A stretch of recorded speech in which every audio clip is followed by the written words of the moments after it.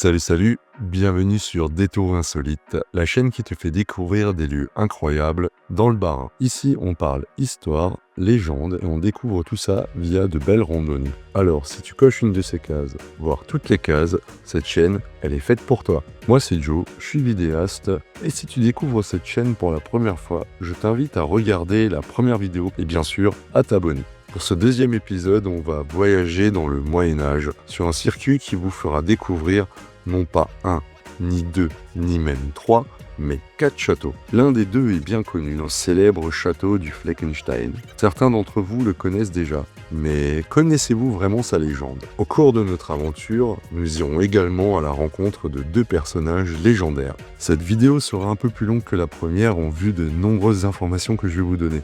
Alors, si tu es prêt, installe-toi confortablement et prépare-toi à voyager sur le circuit des 4 châteaux. Pour commencer ce périple, nous allons nous rendre sur le parking du Gimbelhof. Il est situé à quelques kilomètres après Lembach. Arrivé au camping du Fleckenstein, il vous suffira de prendre la première à droite. Une fois arrivé sur place, vous vous retrouvez en pleine nature, non loin du célèbre château du Fleckenstein. Ici, on y trouve une très belle ferme-restaurant, mais on y reviendra un petit peu plus tard. Et pour les plus jeunes, on retrouve un super terrain de jeu qui reprend l'époque médiévale, de quoi vivre une aventure le temps des chevaliers.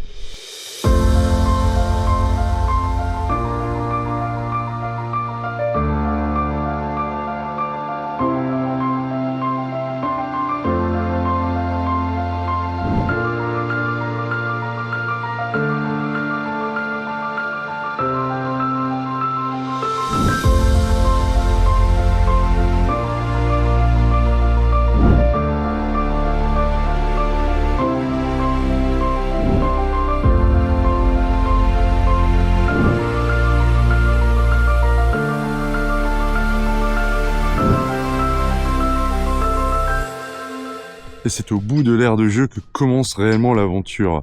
Donc là, on est parti sur le sentier pour environ 30 minutes de marche, direction le Löwenstein. Nous entamerons une montée de 172 mètres environ pour un parcours de 1,4 km.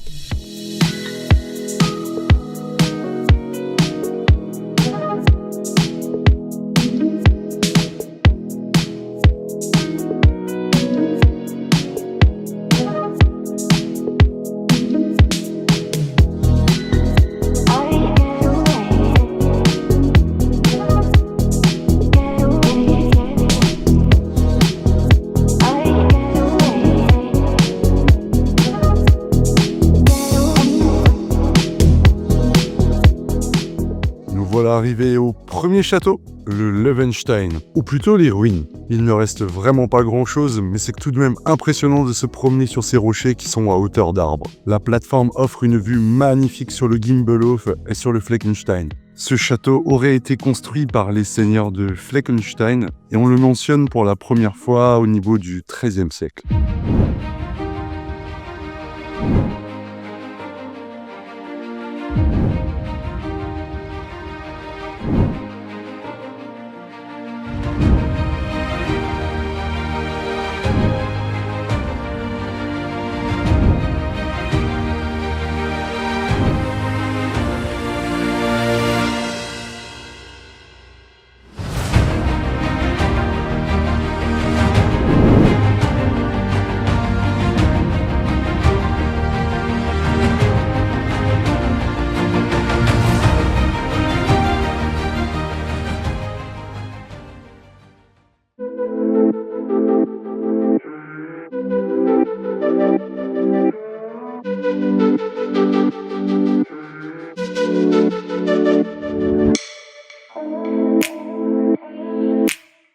Après 5 petites minutes de randonnée, nous voilà arrivés sur le deuxième spot, un château qui est beaucoup plus impressionnant. Il s'agit du Hohenbourg.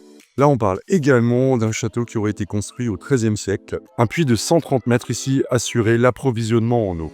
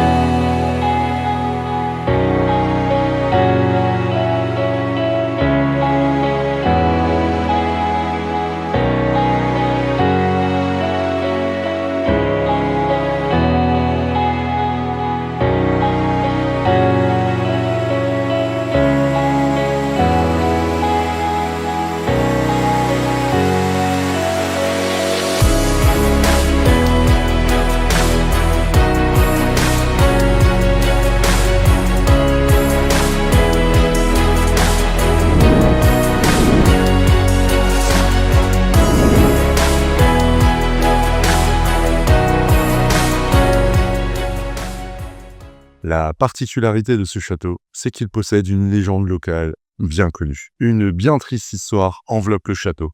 Les seigneurs de Weigenbourg et de Hohenbourg étaient depuis longtemps des ennemis acharnés. Mais malheureusement, l'amour ne se contrôle pas. Et il se trouve que Robert de Weigenbourg tomba amoureux de Hedwige de Hohenbourg. Cet amour, il est né par hasard. Un jour, alors qu'Edwige rêvait près d'une source, un sanglier l'a pris en chasse. Robert, fougueux chasseur qui traquait la bête, se précipita et d'un coup d'épieu terrassa la bête. Ce fut ainsi la naissance d'un bel amour. Les deux jeunes gens cachaient leur idylle, mais se retrouvaient régulièrement auprès de cette source pour échanger de doux propos. Et l'idylle dura jusqu'à ce que le seigneur de Hohenbourg surprit sa fille dans les bras de son ennemi juré. La colère l'emporta et il tua Robert d'un coup d'épée en plein cœur. Hedwige ne survécut pas à son chagrin. Elle s'effondra à l'instant même, unie à son bien-aimé dans la mort. Depuis ce jour, poussent près de la source deux touffes de myosotis. En alsacien, ces fleurs sont surnommées Vergiss mich nicht, ne m'oublie pas. Il n'est pas rare qu'à la tombée de la nuit, on puisse apercevoir ici une ombre blanche flottante. C'est le fantôme d'Edwige qui quitte les souterrains du Hohenbourg pour rejoindre les lieux de son amour. Là, elle chante une douce chanson, mélangée avec les larmes qui frottent le miroir de l'eau. Et lentement sa voix s'envole dans les murmures du vent.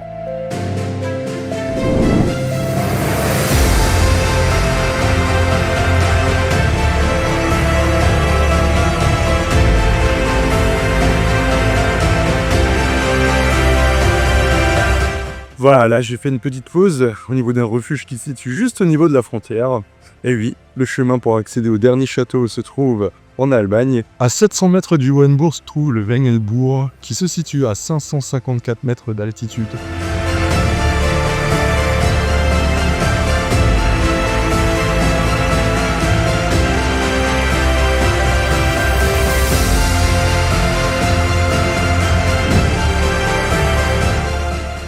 Et nous voilà arrivés au Wengelbourg. Alors il existe plusieurs histoires et contes entourant ce château. Cependant, on ne sait toujours pas réellement par qui et quand il a été construit. On estime que la première partie du château impérial aurait été construite à la moitié du XIIIe siècle. Très probablement utilisé pour la protection des frontières. À 575 mètres, il est estimé comme l'un des châteaux les plus hauts du Palatinat.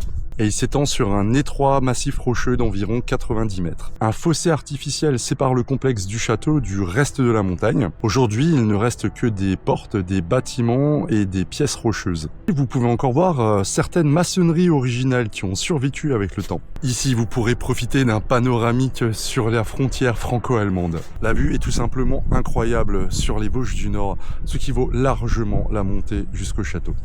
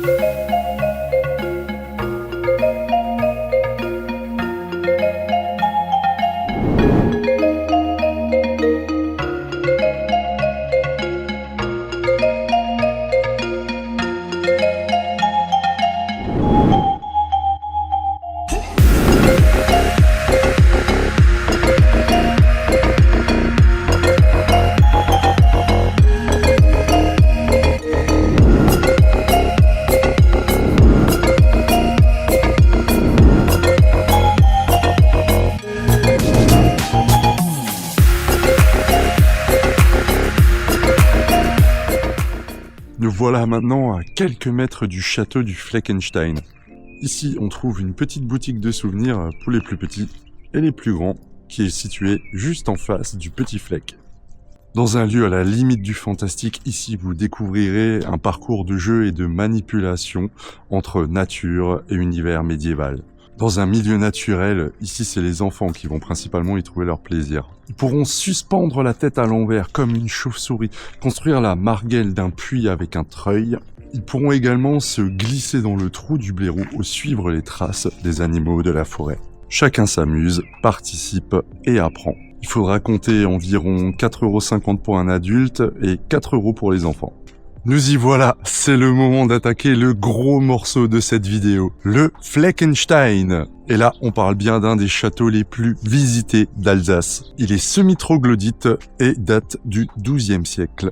Aujourd'hui, il est partiellement en ruine et a été classé comme monument historique. Alors, comme on peut le voir derrière moi, il a été construit sur des hautes barres de grès rose en 1165 par le baron de Fleckenstein. À la fin de la Révolution française, en 1792, le château est vendu. Cette forteresse a été plusieurs fois remaniée.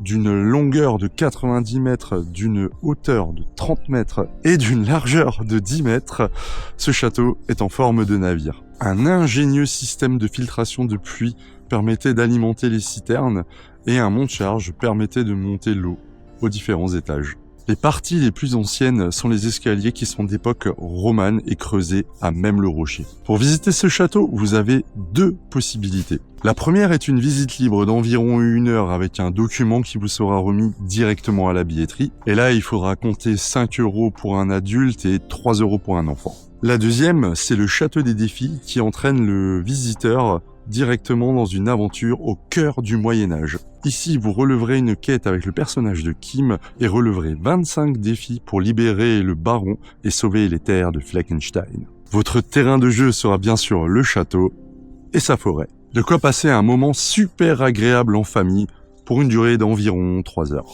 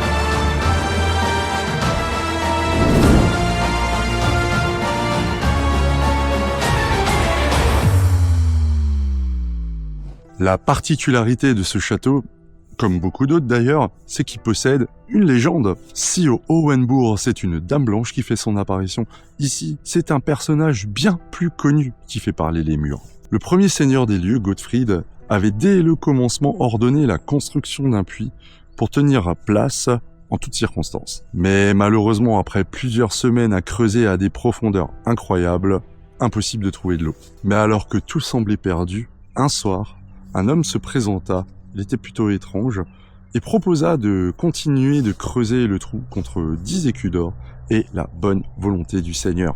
Malgré le fait que Gottfried trouvait l'homme plutôt bizarre, il accepta l'offre. L'homme se mit directement à l'ouvrage et on entenda d'interminables coups de pioche. Après une grosse journée de travail, l'homme remonta du puits et indiqua au seigneur qu'il n'avait toujours pas trouvé d'eau. Mais l'homme était plutôt téméraire. Et le lendemain matin, il décida de retourner directement dans le puits pour continuer les travaux. Et contre tout étonnement, l'homme ne semblait pas prendre de pause.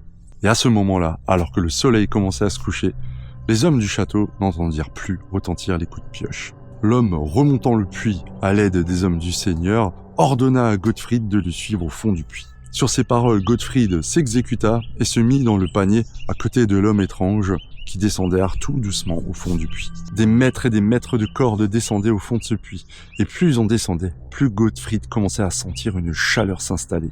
Gottfried commençait à s'inquiéter et demanda à l'homme ce qui se passait. À ce moment-là, un grand silence, jusqu'au moment où l'homme se retourne vers lui et lui dit qu'il est temps de passer à un marché. Malgré l'obscurité présente dans le puits, Gottfried observa avec terreur les yeux démoniaques de l'homme. Le panier continuait à descendre dans le puits et la chaleur commença à devenir insupportable. C'est alors que l'homme qui fixait Gottfried lui proposa la chose suivante, son âme contre de l'eau dans le puits. Gottfried observait l'homme et il se rendit compte qu'il se transformait au fur et à mesure. Des cornes avaient commencé à pousser sur son front, ses yeux étaient de braise et son regard était réellement satanique.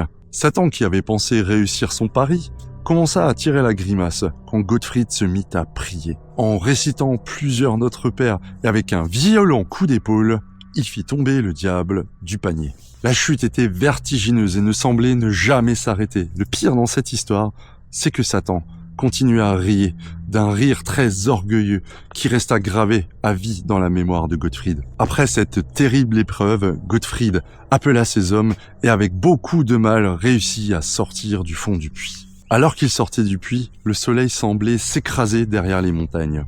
Vu la terrible épreuve qui venait de passer, il ordonna à tous ses hommes de se mettre à genoux et d'invoquer le Dieu. Ces hommes s'exécutèrent et une divine prière monta vers les cieux. À ce moment-là, un bruit de tonnerre jaillit au fond du puits et l'eau monta jusqu'au bord du puits. Ainsi fut percé le puits du Fleckenstein qui, dit-on, a plus de 100 mètres. C'est en résistant aux malins, dit-on, que le seigneur du Fleckenstein trouva de l'eau dans son puits. On assure cependant que le diable est toujours présent au fond de ce puits et on l'entend encore parfois ricaner.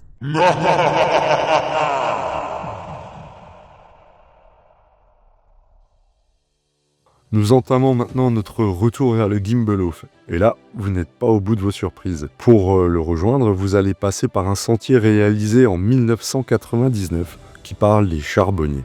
Il retrace les différentes étapes de la construction d'une meule de charbon de bois, comme le faisaient les charbonniers il y a une centaine d'années dans cette même forêt.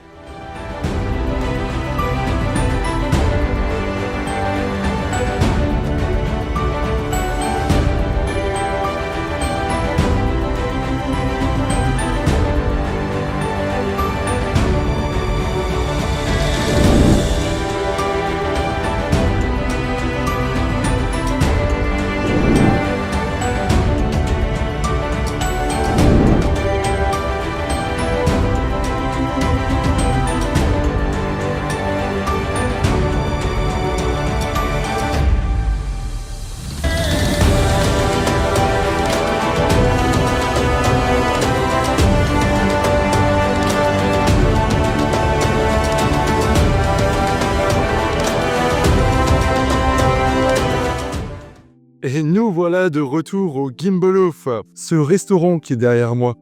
Eh bien, comme tous les autres restaurants, bien sûr, il propose une carte, mais les dimanches, quand les beaux jours arrivent, il fait de la tarte flambée en extérieur. Et ça, faut le dire, après une bonne randonnée, c'est vraiment sympa. Après toute cette marche, si vos enfants ont encore un petit peu de force, bien sûr, l'aire de jeu qu'on a pu voir au début est directement à côté du restaurant. De quoi bien les fatiguer et je pense faire même une bonne sieste sur le retour. Voilà, nous arrivons à la fin de cette vidéo. J'espère que cette balade aventure vous aura plu. Bien sûr, comme pour la vidéo du Handstrop, vous n'êtes pas obligé de faire tout le parcours. Si c'est uniquement le Fleckenstein qui vous intéresse, le parking est juste à côté. Vous avez à marcher à peu près une centaine de mètres. D'ailleurs, si tu n'as pas encore vu la vidéo sur le Handstrop, je t'encourage vivement à aller la voir. L'Alsace du Nord, elle nous offre des sites et des paysages à couper le souffle. Si souvent on parle de découverte, c'est bien souvent le Haut-Rhin qui est mis en avant. Là, pas de rivalité, mais le Bas-Rhin possède aussi sans lot de surprises. Si ce contenu t'a plu, je t'invite à t'abonner à la chaîne, à mettre un petit pouce, voir la cloche si tu veux suivre les prochaines vidéos. Voilà, je tenais à remercier toutes les personnes qui me suivent déjà sur cette chaîne, ça m'encourage vraiment à réaliser de nouvelles vidéos. On se retrouve le mois prochain pour une nouvelle vidéo de Détour Insolite. Je vous dis à tous, ciao ciao.